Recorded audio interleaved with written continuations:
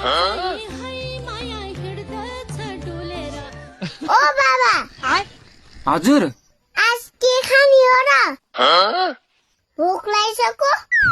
आज मकै खानु पर्छ यार छोरी बारीभरि मकै पाक्या छ आज त्यही मकै पोलेर खाने हो म त खान्न होला मकै ल मकै नखाए के खान्छस् तैँले आज मासु खाने हो ए आम्मा हो के को मासु खान्छस् कुखुराको भालेको घरमा एउटा कुखुरोको चल्लो छैन खाइस् तैँले अब भाले काटेर कसले दिन्छ तँलाई भाले आज पहिले गएर उतै खाने हो धत जानेन पहिलो सोइलो जाने हो धेरै नमात्ती अहिले कोठामा ठुनेर राखिदिन्छु अनि जालास पहिलो म त भागेर जान्छु खतरनाक लोग